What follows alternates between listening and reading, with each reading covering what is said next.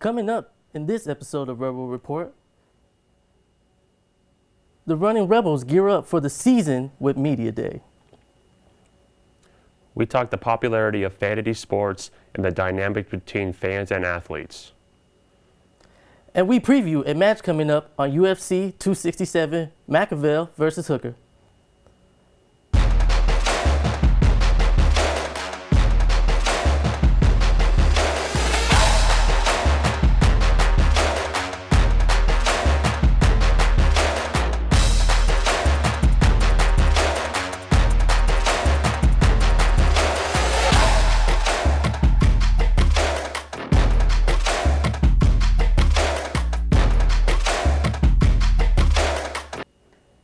Welcome to Studio B on the campus of UNLV. This is Rebel Report. I'm Christian Frias.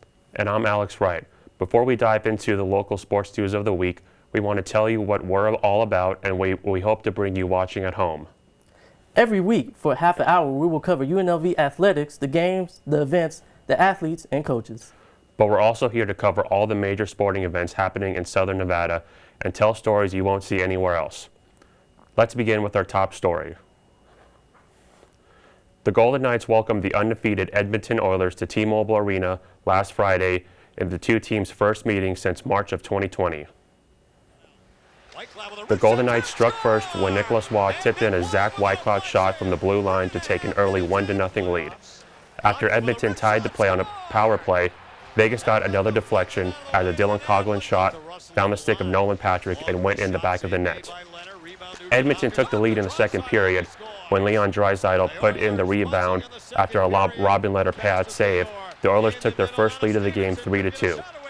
Trailing 4-3 in the third period, Vegas tried to make an attempt to tie the game with an extra attacker, but failed to do so, and the Oilers scored an empty net goal. After the game, head coach Peter DeBoer talked about the struggles the team had scoring on the power play without some of their key players. From an offensive perspective, I feel better about our chances of scoring enough to win with those guys out of the lineup for however long they're out. But we've got to get our goals against down. The Golden Knights are now 1-4 on the NHL season after dropping fourth consecutive game, this time to the New York Islanders. The Islanders jumped out first and Josh Braley scored just 2 minutes and 16 seconds into the first period. The Knights had a few big chances but were ultimately stopped by the door by Islanders Gale. The Knights are missing some key big players for their team like Mark Stone and Max Periotti, and the struggling power play is now 0-for-11 on the season. Here's what Vegas forward William Casson had to say following the game. There's a lot of hockey left, and I think today was a step in the right direction. Slow down the prompt a little bit? I mean, that's not the first example of teams bouncing back. You had those guys, Dallas, a year or two ago. But at the same time, we have to stop the bleeding and start winning games. So I think today was a step in the right direction, but we got to be sharper. We got to find a way to score because that's simple. That's how you win games. Just hours before kickoff of their game with the Philadelphia Eagles, the Raiders learned they would be without star tight end Darren Waller. But Waller's absence did not hinder the Raiders as they go into their bye week with back-to-back wins after defeating the Philadelphia Eagles last Sunday. The Raiders had to overcome a shaky start, allowing a Eagles touchdown on the first drive of the game and this Derek Carr interception in the red zone. But the Raiders settled down and managed to put together a dominant showing on offense. Foster Moreau, filling in for the injured Waller, came up with this touchdown catch to tie the game. And this Josh Jacobs touchdown run put the Raiders ahead as they scored the next 16 points to put away the Eagles 33-22. Raiders quarterback Derek Carr threw for 323 yards and completed 91% of his passes. Here he is after the game talking about how much fun he is having after a 5-2 start. I think the last 2 weeks I've just tried to remind myself of that, for sure. I'm glad that you see that because we are having fun. It is something that we're preaching, man, have fun, have a blast. We work too hard to go out there uptight and all that, man, be free, have fun, cut it loose, and like I said, winning is what makes it fun. UNLV women's volleyball returned to Las Vegas for another home game. Let's go to reporter Samantha Fuller for that coverage. The UNLV women's volleyball team are back at home for their 21st game of the season against the Wyoming Cowgirls. It was UNLV fifth-year senior Marina Hayden who was a standout player for this game, with a recorded career high of 30 kills to power the Rebel volleyball team past Wyoming in 5 sets. The Rebels won the Mountain West match with scores of 20-25, 25-16, 23-25, 25-21, and 15-5. It was the deciding 5th set where UNLV dominated the Cowgirls, recording 10 kills with no errors. This game puts the Rebels at a total of 15 wins to 6 losses for the season. The Rebels will return back at home on the 28th of October with their match against Boise State. I'm Samantha Fuller for Rebel Report. Coming off their 4th straight single-digit loss of the season, UNLV football hosted reigning conference champions, the San Jose State Spartans, for a weeknight matchup. I have the recap of the Rebels' battle with the Spartans. Despite being winless on the season, UNLV football came out on its homecoming game against San Jose State with a lot of enthusiasm, believing this would be the night of the team's first victory under Marcus Arroyo. Early on, the Rebels had plenty to cheer about. It started on the first play of the game where the Rebels recovered the muffed opening kickoff and turned it into a touchdown on this pass from Cameron Friel to Steve Jenkins. UNLV pulled the slot machine many times as they led 17-3 in the first quarter. But a Charles Williams fumble near the end of the first half turned the tides of the game. The Spartans scored to close the half and carried that momentum throughout the rest of the game, outscoring UNLV 14-3 in the second half to take a 27-20 victory. While the Rebels had a short week off a tough loss, head coach Marcus Arroyo has been proud of how his team has gotten back up while going through its adversity this year. Coming off that, it's a big deal. It kind of goes unmissed, but that's hard to turn things around real fast in a 4-day stretch versus an experienced football team. I think that those guys continue to compete. That's been the consistent piece. The fight and the consistency has been a big deal. 0 times this year has our team flinched. For senior running back Charles Williams, who is 74 yards away from being the school's all-time leading rusher, this has been a challenging year overall, but he cannot deny the improvements this team has made compared to last year. It's good, though, that you see the improvement from last year, though, as a team overall. Like, defense has got a lot better, offense has got a lot better, and we're executing more. We're starting to look like a actual team. The Rebels will travel up north to take on their in-state rival, the Nevada Wolfpack, in the battle for the Fremont Cannon. Head coach Marcus Arroyo talked about the importance of rivalry games, including this one in particular. This is place for probably the best trophy in college football, in my opinion. It's a big week, man. This is the pageantry of college football. This is the difference of really, frankly, in the regular season, the NFL and college is these games are big, They're big to people. There's a lot of membership in it. There's a lot of people that care a lot about this thing, and so that's what you love about college football, man. Is these people are invested in these moments like this, and you get to get fired up to go against those things and be in them, because you don't get those again in life. There's no, you call the rivalry at the men's club all you want, it ain't the same. It's a really cool deal, and it's special, and these guys know it's up everywhere. That trophy getting back here is a big deal. Fans of the UNLV Running Rebels should be excited because media day for the men's basketball team has arrived. We have Christian for that coverage. This is Rebel Report. I'm Christian Frias. The start of every basketball season is always on the fans' radar.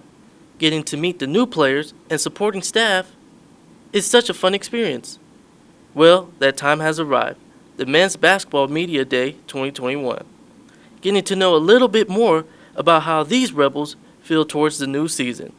The new head coach, Kevin Kruger, shared why he chose these Rebels to represent the school. We assembled the roster based on guys that we knew were going to go out and fight and compete and just have fun doing it. And I think every day of practice so far has been fun, been competitive, and it's going to be a fun group to go out every night with and compete with. A lot of new faces have been added to the roster, and some of these players are already making big noise before the season even begins. Royce Ham Jr. was one of the newest additions to the team. Coming over here as a senior with the experience he has makes a huge difference to the Rebels' success. He shared why he wanted to be a part of the Running Rebels this season. Coach Hardman, him just having a relationship with him, he was also a guy that gave me my first scholarship offer a long ago when I first got my offer at Rice. So just having a relationship with them, trusting those guys and what they believe in me and what they wanted me to do, and also just come into a situation where we're building a new team, building new chemistry, and I just want to be a part of something great and meaningful, especially like UNLV basketball. Royce will definitely be an important piece to the puzzle, but the Rebels wouldn't be the same without returning player Bryce Hamilton. He has worked very hard in the offseason and now looks to lead the Rebels. He shared how hard Coach Kruger wants them to work this season. No, we're going to be a hard-working team. We're going to dive for loose balls. We're going to play defense. We're going to run on offense. And, we're going to try to bring that old school running Rebel style back. And that's something that Coach Kruger has talked about, and that's something I feel like we're able to do. Coming up after the break, reporter Emmett talks fantasy sports and its rise in popularity. And if you haven't already, make sure to follow our website for more Rebel Report content. Our website can be found at www.rebelreportunlv.com. There you will find all the articles and videos written and produced by our students, as well as exclusive stories you won't find anywhere else.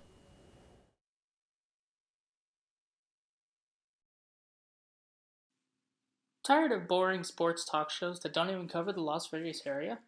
Want a sports show that's available for you at any time? Well, you're in luck because Rebel Report is just for you. The Rebel Report covers all the local sports stories in the Las Vegas area. You can visit their website at rebelreportunlv.com, where you can find all of the student-written and produced stories, shows, interviews, and much more. You can also visit their YouTube channel at Rebel Report UNLV for shows and exclusive interviews. The Rebel Report is the way to go for Las Vegas sports. Anticipate potential delays for the morning commute. In other news, a recent government report on prescription drug pricing points to corporate Freedom of the press is about your right to know. What are you talking about, man? Look at his stats.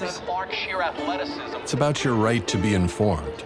Your right to access all types of information keeps us free as a nation. No.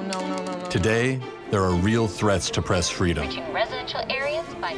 And your right to know about the world around us. Look. Some threats are obvious, some are easy to miss, but they all put our way of life at risk. We must defend against all of these threats, no matter what kind of news is important to you. Justified putting American troops in harm's way? That's a great question. We must protect our right to know before it's too late. Understand the threats. ProtectPressFreedom.org.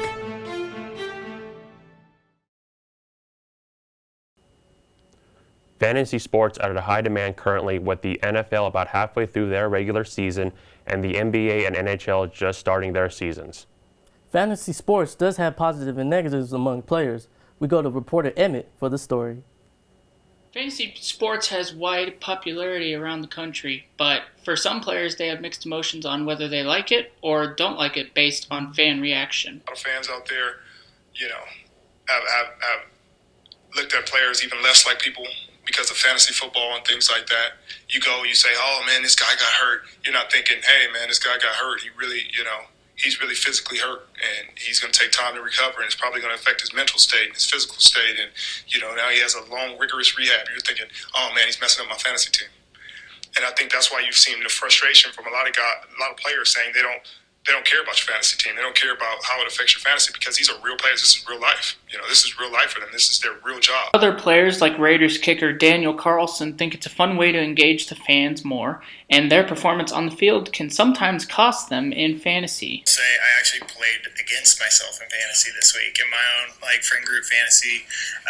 So that was tough because I took a loss, and I definitely contributed to that. But no, so it's fun. I think fantasy is great. It just gets people kind of more involved in specific players and, in football in general. Fantasy involves both knowledge and luck to be successful each week, and the fantasy sports world doesn't seem to be slowing down anytime soon.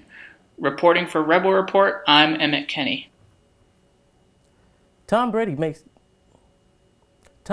a trade for his 600 touchdown ball after a fan was given the ball by receiver Mike Evans. After making the reception, Evans gave the ball to a fan, not realizing the significance of the ball. The fan was asked to return the ball for Brady, and for that a trade was made. In exchange for Brady's 600 touchdown ball, the fan will receive 2 signed jerseys and a helmet from Tom Brady. I assigned Mike Evans' jersey and game cleats, $1,000 to spend at the Bucks team store, 2 season tickets for the Bucks 2021-2022 season, and finally, 1 Bitcoin. Did this fan get a fair trade, or did Brady get away with one of the greatest trade packages? Coming up next, it's the rundown with Kyle and Jared. They talk Raiders, UNLV football, and Golden Knights. Don't forget to check out our weekly podcast on Spotify. Every week, we break down all the biggest sports stories happening in Las Vegas, including the Rebels, Raiders, Golden Knights, and much more. A late night kickoff, 8 p.m., didn't get in bed until around 1, and they lost in heartbreaking fashion to San Jose State, the defending Mountain West champs.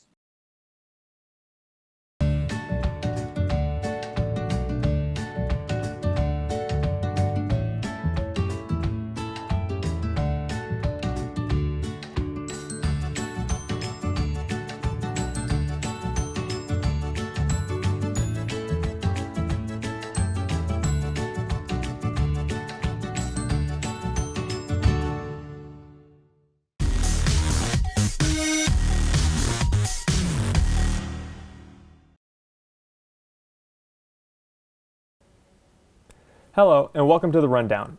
I'm Jared Thompson. With me is Kyle Randolph, and today we're going to talk a little bit about the hot topics in Vegas sports. So Kyle, first we'll jump in with UNLV football.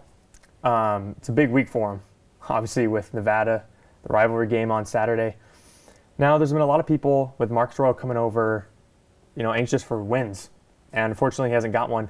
How do you tell those fans, to be patient with head coach Royal right now? Well, a big reason they need to be patient is because Doug Brumfield keeps getting hurt and he isn't playing a lot. I think Arroyo likes Brumfield, and that's his guy at quarterback. But he keeps getting hurt, things keep happening. He's had good games. Brumfield has shown he can throw the ball more than 10 yards. But Arroyo, when he's with anybody else, with Friel, and this isn't a knock on Friel, who's solid, it's just his offensive line can't protect him well. And in the second half, for whatever reason, whether it's the line or Friel's inexperience to throw past certain defenses, they just try to run it a lot, which Charles Williams is their best player on the offense. So it makes sense to run it. But in the second half, they only score 3 points in one game, 7 points in another against Utah State. So they just can't score in the second half. And I think defenses figure them out after the first half when they keep on running it. And Friel isn't experienced enough. He is a freshman. So fans can be hopeful Friel's a freshman, and they can be hopeful when Brumfield's healthy. They've looked good when Brumfield is healthy. Yeah, I agree. And I think the offensive line, like you said, is an issue.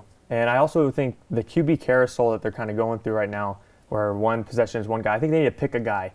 If you give that guy, if they pick Friel or Brumfield, confidence, obviously Brumfield needs to stay healthy. But also, to tell the fans, I think they got to realize Marcus Royal, it's not all his recruits yet.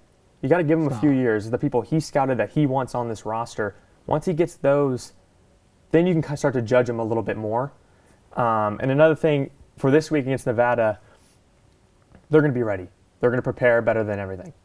And staying on the topic of football, in a more positive light, is the Raiders. Now, after this whole Gruden incident, thinking the Raiders had a bad home loss to the Bears, you're thinking, oh no, can it happen again where they get off to a hot start, then start to collapse? But back-to-back wins under the new interim head coach, how impressed are you how they've reacted since the Gruden stuff? Very impressed. He showed the leadership, and the win against the Eagles is huge because they've shown Derek Carr is still the Derek Carr at the beginning of the year. He's still second in the league in yards, and the Eagles win was without Waller, and he has still thrown the ball well. Jacobs and Kenyon Drake are doing great back there. When Jacobs is healthy, the team does well. Even without Waller, they can still throw the ball. It's just what I've seen. When the offensive line is just decent, doesn't even have to be great, Carr will typically show. He has shown that he can be that guy. In the AFC even, he's one of the best. So I believe the offensive line just has to perform decent, and they're good. They can win almost any game against any team. I truly believe that. Yeah, and someone can argue, okay, relax, they beat the Broncos, they beat the Eagles, maybe not the toughest competition, but to be one of those top teams, you have to take care of those games. And they've kind of done it in dominating fashion. The defenses for Denver and Philly have not been able to stop Derek Carr. I mean, he's second in the AFC in passing for a reason. And like you said, if that O-line can protect for him, he'll ball out. And looking at the AFC right now, I want to ask you, do you think not only the Raiders can contend in the AFC West, but the AFC as a whole, as the Bengals are the 1 seed right now, so the AFC is really up for grabs? They can, but I don't expect them to yet, because I personally think they need that number one receiver to win the entire AFC. Ruggs is solid, Renfro's solid, but they don't have that guy besides Waller, which he is amazing, that tight end. But I feel like you need that sure number one receiver, and I don't think Ruggs is that. So either develop him, or you could get an Allen Robinson, who's proved he could be a number one or something like that. And it's also tough because the division they're in. You know, they got the Chargers there. The Chiefs are not looking good, but who knows what can happen with them. But I truly think they can, because they've beaten teams like the Ravens. They can beat the rest of the AFC. They've proven it. Yeah, and lastly, we'll bring up the Golden Knights. Now, Vegas got off to a little bit of a slow start, battling some injuries, Pacioretty, Stone. But it's hard to say this over a team that's only been in the league for a few years. But is it kind of a championship or bust season for them? Definitely is, in my opinion, definitely. Because like you did say, for teams to be this short in their franchise, it typically isn't boom or bust. But they broke what is typical between that, because within their first season, they made it to the Stanley Cup Finals. They set that standard. And I agree with the moves, but when they make those moves of getting rid of your head coach, your goalie, and your goals leader in the first year, which was James Neal, you gotta just contend. You have to. You know what I mean? It's boom or bust. It is, because they got rid of so many pieces that got him to the finals, which I do agree with those changes, but now you gotta win it. You've made so many moves just for this cup. Boom or bust, definitely. Yeah, I agree with you, because I mean they've been so good every year, and if you look on paper, I believe they really do have the best team in the league. Even you can compare them to Colorado and Tampa Bay, but they've lost some players this last year. On paper, when healthy, obviously they got to get Tuck back, and Pacioretty, Stone, everyone. On paper, they're the best team in the league. So I completely agree. They need to go win a ship for the city of Las Vegas to make it a successful season. Definitely. Well, thank you, Kyle. This has been the Rundown. Let's send it back over to the desk. Coming up after the break, we have UFC 267 McAvell versus Hooker, a preview with Isaac.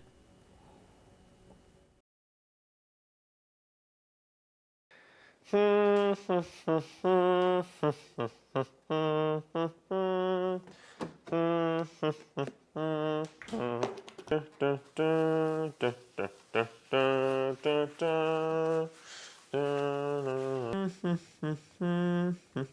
are you getting that from?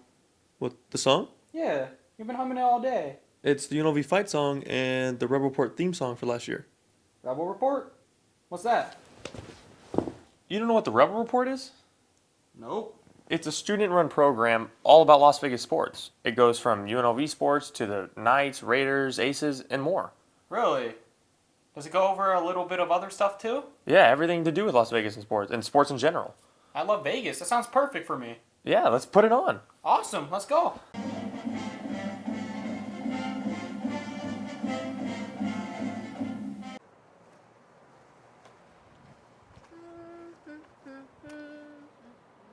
Everyone's humming it. I mean, it is pretty catchy. Every year, 4.5 million young adults between the ages of 18 and 24 visit the ER. It's every parent's nightmare. UMergency gives you all the tools you need to quickly and effectively manage your family's emergency. UMergency provides instant access to vital resources, customized to your student's campus and local community, digital consent form, and built-in urgent alert button. UMergency gives you peace of mind when you need it most. Download your UMergency app now. Welcome back, and with our final story for this week's episode, we go to Isaac with an inside look of the upcoming bout between Islam Makhachev and Dan Hooker in UFC 267. UFC 267 takes place this weekend. One of the featured bouts on the card is up-and-comer lightweight Islam Makhachev versus UFC veteran Dan the Hangman Hooker. Makhachev is one of the UFC's hottest prospects, coming in with a 7-fight win streak. Makhachev is a man of few words, but believes that a win over Hooker would place him in the title picture. I think I'm gonna be number 3 or 4 But doesn't matter, step by step, and now I know I'm very close with title. Dan Hooker's taking the fight on short notice, coming off a win at UFC 266 against Nasrat Haqparast. Dan says he's coming to this fight with a champion's mentality. No matter what these challenges are, I have a championship mentality, and I adjust to it, and I evolved past it, and I made it work. And I did that with the last fight, and I did it with this fight, where I have absolutely no excuse. Regardless of these circumstances, I am 100% confident in my preparation for this fight, and I'm excited to go out there and put on a show. With high implications in this fight, one thing is for certain. This fight is for sure to be fireworks. UFC 267 takes place this weekend on Saturday, October 30th, with the main card starting at 11 a.m. Pacific time. That will do it for this episode of Rebel Report. Have a good weekend.